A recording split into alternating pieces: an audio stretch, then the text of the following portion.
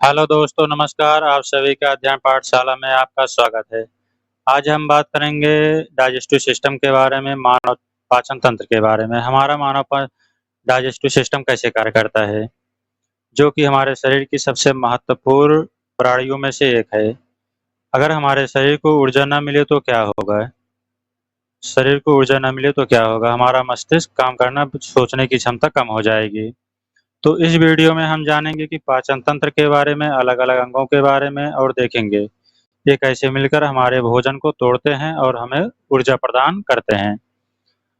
तो वीडियो शुरू करने से पहले अगर हमारे चैनल पर आप नए विजिट किए हैं तो आपसे रिक्वेस्ट है कि आप चैनल को लाइक कीजिए और सब्सक्राइब कीजिए और अपने साथियों के साथ शेयर कर दीजिए। तो हमारे साथ लास्ट तक बने रहिए। तो चलिए वीडियो की शुरुआत करते हैं। मानव पाचन तंत्र क्या होता है? डाइजेस्टिव सिस्टम, जैसे कि आप डाइजेस्टिव सिस्टम को जानते हैं होंगे। डाइजेस्टिव सिस्टम क्या है? पाचन तंत्र। पाचन तंत्र शरीर का वह अंग है जो भोजन को तोड़कर ऊर्जा में परिवर्तित करता है। जो भोजन होता है, जटिल भोजन को सरल भोजन में बदलने की प्रक्रिया को ही पाचन कहते हैं।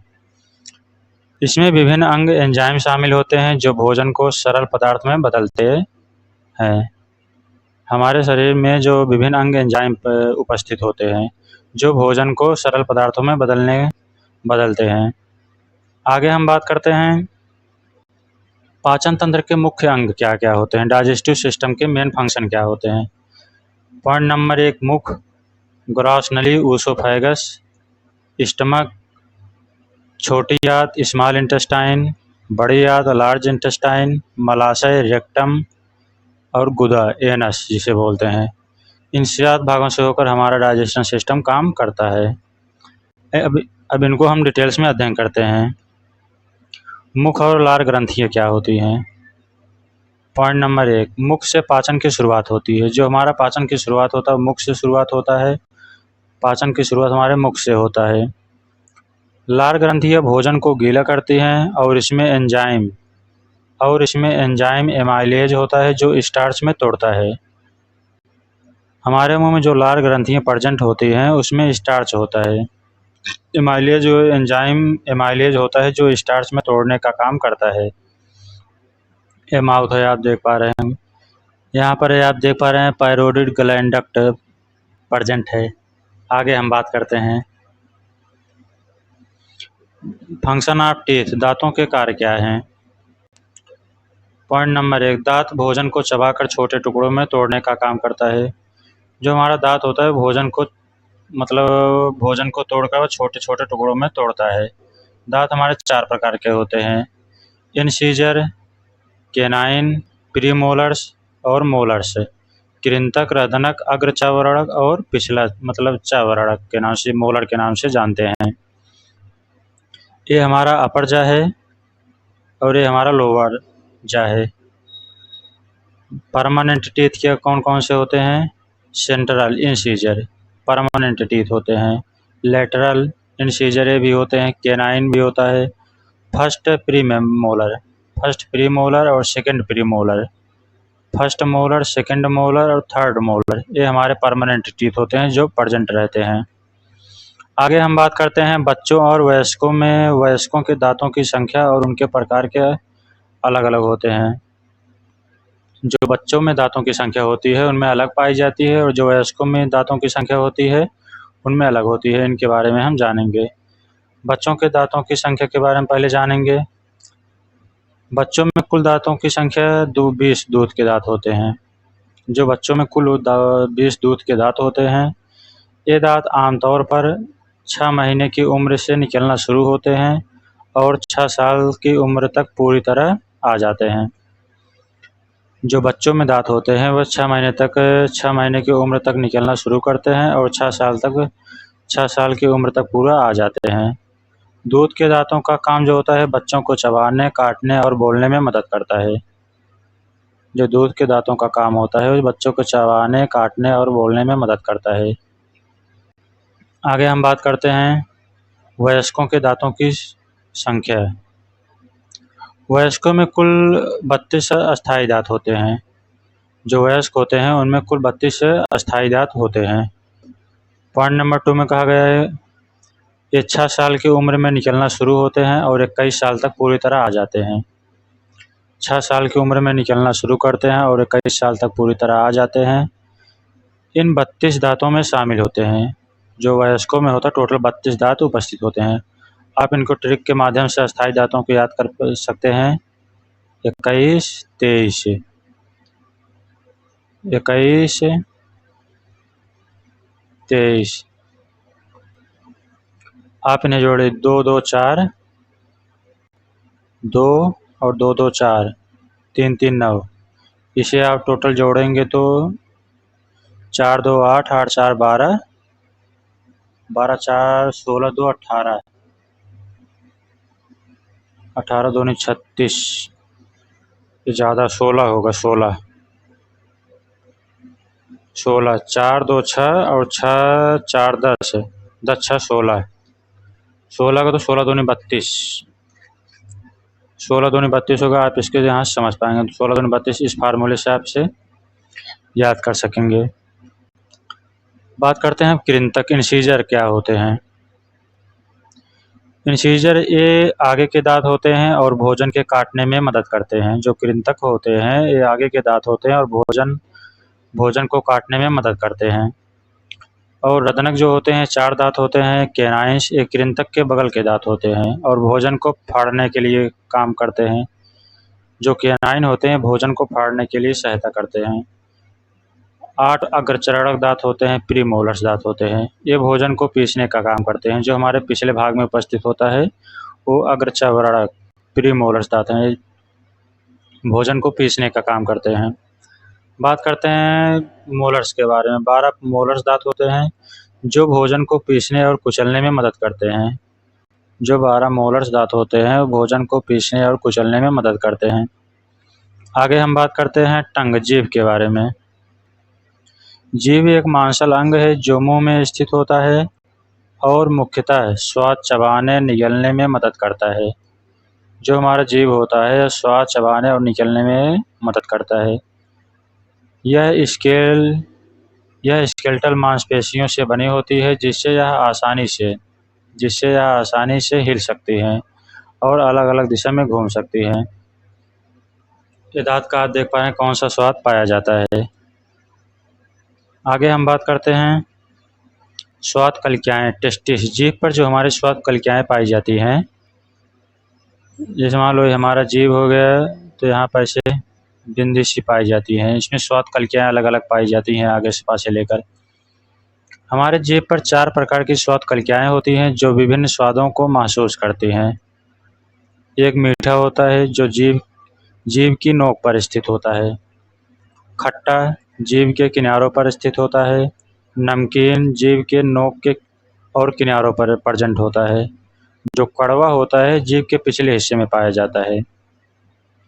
जो कड़वा होता है जीभ के सबसे पीछे हिस्से में पाया जाता है। मीठा आगे, खट्टा बीच में जीभ के किनारे पाया जाता है। और नमकीन जो होता है वह जीभ के नोक और किनारों पर प्रेजेंट होता है। आगे हम बात करते हैं इनका कार्य क्या है, फंक्शन। ये स्वाद महसूस करना, चबाने में मदद करती हैं और निगलने में महसूस करती हैं, निगलने में सहायता करती हैं और बोलने के लिए हमें सहायता देती हैं। स्वास्थ्य संकेतक क्या हैं? गुलाबी जीभ क्या होती है, मतलब कि आपका जीभ कब किस कलर का रहेगा उसमें स्वास्थ्य संकेतक देती है, मतलब आपकी कोई दिक्कत नहीं होगी बीमारी के तौर पर। गुलाबी जीभ क्या संकेत देती हैं? स्वस्थ मानी जाती हैं। जो गुलाबी जीभ होती हैं स्वस्थ मानी जाती हैं। सफ़ेद परत जो होती है पाचन संबंधी समस्या को संकेत दे सकती हैं। पीली परत जो होती है संक्रमण या जलन का संकेत दे सकती हैं, संकेत हो सकती है। जो पीली परत होती है वह संक्रमण और जलन का संकेत हो सकता है। आगे बात करते हैं ग्रास नली, ईसोफेगस के बारे में। ईसोफेगस क्या है? ईसोफेगस ग्रास नली, यही ईसोफेगस है ग्रास नली, जो हमारे शरीर के गर्दन से निकल के यहाँ से पतली सी नली आई हुई है, इसे ईसोफेगस बोलते हैं।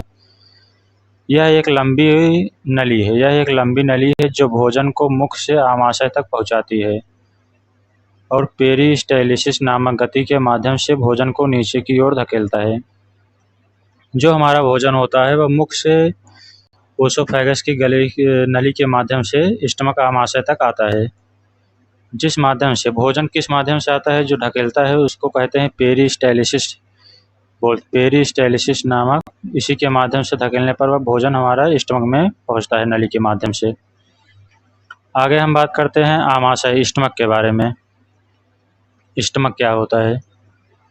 आमाशय में गैस्ट्रिक जूस और हाइड्रोक्लोरिक एसिड का स्राव होता है, जो भोजन के पाचन में सहायक होता है। यह भोजन को अस्थायी रूप से संग्रहित करता है और धीरे धीरे छोटी आंत में प्रवाहित करता है। जो भोजन होता है वह अस्थायी रूप से संग्रहित करता है, मतलब इकट्ठा करता है और उसे धीरे धीरे मतलब स्टमक में इकट्ठा कर लेता है और धीरे धीरे उसे छोटी आंत स्मॉल इंटेस्टाइन में भेजता है। आगे बात करते हैं पेप्सिन एंजाइम का स्राव करता है। जो हमारा स्टमक होता है यहीं पर पेप्सिन एंजाइम का स्राव करता है और प्रोटीन के छोटे छोटे अणुओं में तोड़ने में मदद करता है। जो प्रोटीन होता है इसे छोटे छोटे अणुओं में तोड़ने में सहायता करता है। आगे हम बात करते हैं आमाशय का एसिड। जो आमाशय होता है, आमाशय का एसिड हानिकारक बैक्टीरिया और सूक्ष्म जीवों को नष्ट करता है। जो हमारे स्टमक में हानिकारक बैक्टीरिया पाई जाती हैं और सूक्ष्म जीव होते हैं, माइक्रोस्कोपिक जो जीव पाए जाते हैं जिससे शरीर को संक्रमण से बचाव मिलता है, वह उन्हें नष्ट कर देता है। ये आप देख पा रहे हैं स्टमक है, ये स्टमक है, ये इसोफेगस है, ग्रास नली। इसी के जस्ट ऊपर फायरिनिक्स प्रेजेंट होता है। Mouth and mouth cavity present होता है और इसी में स्टमक के आगे यहाँ पर देख पा रहे हैं छोटा सा स्ट्रक्चर या पैनक्रियाज इसी में प्रेजेंट होता है। लीवर जस्ट इसके ऊपर भाग में उपस्थित होता है। गाल ब्लैडर प्रेजेंट होता है इसी में। लार्ज इंटेस्टाइन यहाँ पर ए भाग जो आप देख पा रहे हैं ये नली का आकार का, इसे लार्ज इंटेस्टाइन बड़ी आंत है। रेक्टम और एनस प्रेजेंट होता है सबसे निचली भाग में। आगे हम बात करते हैं छोटी आंत क्या है, स्मॉल इंटेस्टाइन। छोटी आंत लगभग 6 मीटर लंबी होती है। छोटी आंत जो होती है लगभग 6 मीटर लंबी होती है और पाचन तंत्र का सबसे लंबा भाग होता है। यह 3 हिस्सों में बटी होती है, डेड्यूनम, जेजुनम और इलियम। पहला भाग डेड्यूनम हो गया, दूसरा भाग जेजुनम और तीसरा भाग इलियम हो गया। जो हमारी स्मॉल इंटेस्टाइन होती है वह 3 भाग में बटी होती है, डेड्यूनम, जेजुनम और इलियम। छोटी आंत में पित्त और अग्नाशय का रस का स्राव होता है जो भोजन के पाचन में सहायता करता है। जो हमारी छोटी आंत होती है इसमें पित्त रस का स्राव होता है, जो हमारे पाचन में सहायता करती है। आगे हम बात करते हैं यह पाचन प्रक्रिया का पूरा करती है। जो हमारी स्मॉल इंटेस्टाइन होती है यह पाचन प्रक्रिया को पूरा करती हैं और पचे हुए भोजन से पोषक तत्व का अवशोषण करती हैं आगे बात करते हैं छोटी आंत के अंदर अनेक छोटे उभार होते हैं। जो हमारी छोटी आंत स्मॉल इंटेस्टाइन होती है उसके अंदर छोटे छोटे उभार प्रेजेंट होते हैं जिन्हें विलाई कहते हैं। इसे हम विलाई के नाम से जानते हैं, जो पोषक तत्वों के अवशोषण को आगे बढ़ाता है। जो हमारे पोषक तत्व पाए जाते हैं शरीर में उसको आगे बढ़ाने का काम में सहायता करता है। यह 3 हिस्से में बटी होती है। स्मॉल इंटेस्टाइन आप देख पा रहे होंगे, इसमें ये स्मॉल इंटेस्टाइन है। ये जो पीले पीले सा भाग आपको दिख रहा है स्मॉल इंटेस्टाइन। आगे हम बात करते हैं डेड्यूनम। इनके तीनों जो भाग डेड्यूनम, जेजुनम और इलियम होते हैं, इनके फर्स्ट भाग बात करते हैं डेड्यूनम का कार्य क्या होता है। छोटी आंत का पहला हिस्सा है जो पेट से जुड़ा होता है। डेड्यूनम जो होता है पेट से जुड़ा होता है। यह छोटी आंत का पहला हिस्सा है जो पेट से जुड़ा होता है। इसमें पित्त रस और अग्नाशय रस का स्राव होता है जो भोजन को पचाने में सहायक होता है। जो डेड्यूनम होता है इसमें पित्त रस और अग्नाशय का स्राव होता है और भोजन का काम जो होता है भोजन को पचाने के लिए सहायता प्रदान करता है। और यह कार्बोहाइड्रेट, प्रोटीन और वसा का प्रारंभिक पाचन होता है। जो हमारे कार्बोहाइड्रेट और प्रोटीन जो और वसा पाई जाती है प्रारंभिक पाचन होता है।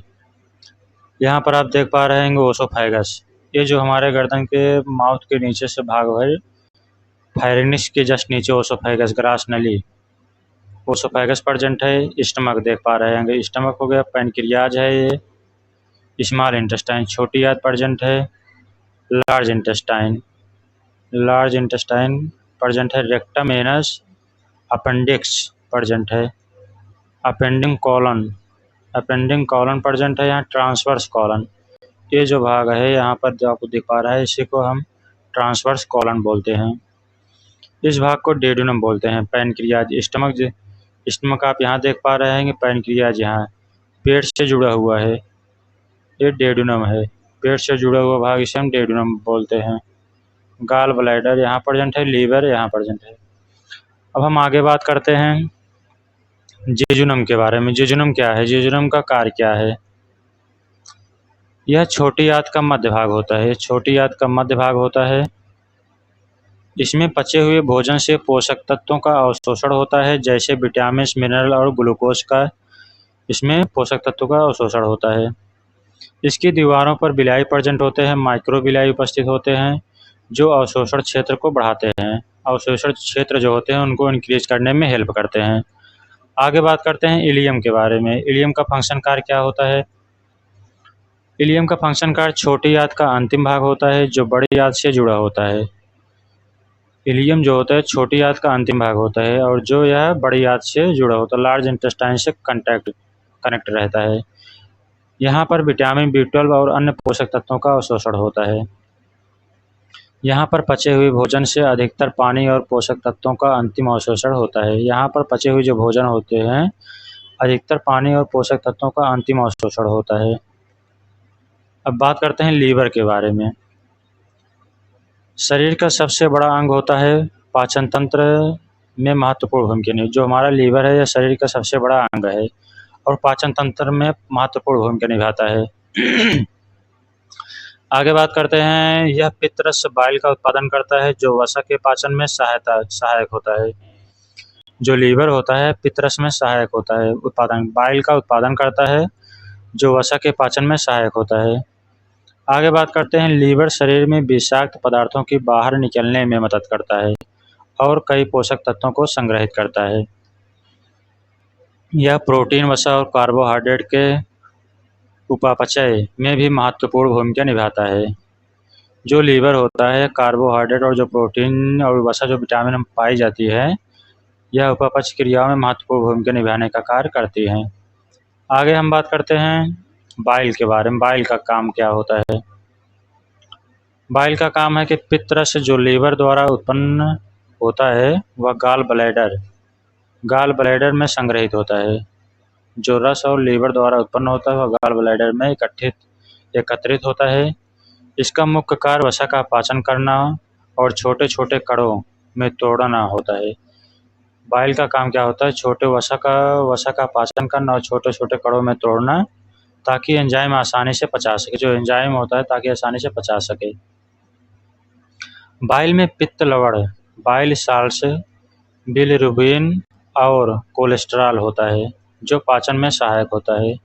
जो बाइल होता है इसमें बिलिरुबिन और कोलेस्ट्रॉल उपस्थित प्रेजेंट होता है, जो कि पाचन में सहायता करता है, डाइजेशन सिस्टम में। यह ड्यूडेनम में स्रावित होकर भोजन के वसा को पाचन में सहायक होता है। जो ड्यूडेनम होता है ड्यूडेनम में स्रावित होकर भोजन के वसा को पाचन में पचाने के लिए सहायक होता है। आगे बात करते हैं अग्नाशय, पैनक्रियाज का काम क्या है? अग्नाशय एक लंबा पतला ग्रंथि है जो पेट के पीछे स्थित होता है। जो हमारा अग्नाशय है वह पेट के पीछे प्रेजेंट होता है और यह पाचन एंजाइम जैसे एमाइलेज, लाइपेज और ट्रिप्सिन का स्राव करता है, जो भोजन को पचाने में मदद करता है, हेल्प करता है। जो हमारा एंजाइम होता है जैसे कि एमाइलेज, लाइपेज और ट्रिप्सिन एंजाइम प्रेजेंट होता है और इसका स्राव करता है और यह भोजन को पचाने में हेल्प करता है। आगे बात करते हैं अग्नाशय इंसुलिन और ग्लूकागोन हार्मोन। अग्नाशय में इंसुलिन और ग्लूकागोन हार्मोन उत्पादन करता है, जो शरीर को शुगर का स्तर को नियंत्रित करता है। जो हमारे शरीर में शुगर का स्तर होता है, शुगर को कंट्रोल करने का काम कौन करता है? इंसुलिन और ग्लूकागोन हार्मोन उत्पादन करता है और यही इंसुलिन और ग्लूकागोन हार्मोन शुगर को के स्तर को नियंत्रित करने का काम करते हैं। आगे बात करते हैं ड्यूडेनम। यह ड्यूडेनम में अपने पाचक रस को स्रावित करता है, जो कार्बोहाइड्रेट, प्रोटीन और वसा के पाचन में सहायक होता है। अग्नाशय के साथ अग्नाशय एक साथ दो काम करता है। एक पाचन में मदद करता है, दूसरा शुगर स्तर को नियंत्रित करता है। जो हमारा पैनक्रियाज है यह एक साथ दो काम करता है। एक तो पाचन डाइजेशन सिस्टम पचाने में मदद करता है, और दूसरा जो शुगर लेवल होता है उसे कंट्रोल करने में मदद करता है। आगे हम बात करते हैं अग्नाशय। अग्नाशय जो होता है, अग्नाशय पाचन एंजाइम का निर्माण करता है। जो अग्नाशय होता है पाचन एंजाइम का निर्माण करता है, जैसे एमाइलेज। एमाइलेज जो होता है कार्बोहाइड्रेट में तोड़ता है, लाइपेज जैसे वसा में तोड़ता है, ट्रिप्सिन प्रोटीन में तोड़ता है। जो हमारा एमाइलेज होता है कार्बोहाइड्रेट में तोड़ने का काम करता है, लाइपेज जो होता है वसा में तोड़ता है, और ट्रिप्सिन जो होता है प्रोटीन में तोड़ने का काम करता है। आगे बात करते हैं लार्ज इंटेस्टाइन के बारे में। बड़ी आंत का कार्य क्या होता है? बड़ी आंत छोटी आंत के पाचन तंत्र का अंतिम हिस्सा होता है। जो हमारी बड़ी आंत होता है वो छोटी आंत के बाद, मतलब स्मॉल इंटेस्टाइन के बाद का यह बड़े अंतिम हिस्सा होता है। इसका मुख्य कार्य पानी और खनिजों का अवशोषण करना, ताकि शरीर में पानी की कमी न हो। जो बड़ी आंत होता है इसका कार्य होता है कि खनिजों का अवशोषण करना, ताकि शरीर में पानी की कमी न हो। बड़ी आंत में बैक्टीरिया होते हैं। बड़ी आंत में बैक्टीरिया पाए जाते हैं, जीवाणु, जो कुछ विटामिन जैसे विटामिन के का उत्पादन करता है। हमारा विटामिन के का संश्लेषण कहाँ होता है? बड़ी आंत में होता है। विटामिन के का संश्लेषण बड़ी आंत में होता है। आगे बात करते हैं हम, यहाँ अपशिष्ट पदार्थों को ठोस रूप में बदलकर मल के रूप में बाहर निकालने के लिए संग्रहित किया जाता है। जो हमारा अपशिष्ट पदार्थ होता है उसे हम ठोस रूप में बदलकर मल के रूप में बाहर निकालने के लिए संग्रहित किया जाता है। जो बड़ी आंत की लंबाई होती है, लार्ज इंटेस्टाइन की जो साइज होती है वो 1.5 मीटर होती है, और यह पाचन तंत्र में महत्वपूर्ण भूमिका निभाती है। इसकी लंबाई 1.5 मीटर होती है और ये पाचन तंत्र में महत्वपूर्ण भूमिका निभाने का कार्य करती है। लार्ज इंटेस्टाइन का भी इमेज देख पा रहे, लार्ज इंटेस्टाइन है। लार्ज इंटेस्टाइन का इमेज यहाँ पर आप, लार्ज इंटेस्टाइन, स्मॉल इंटेस्टाइन।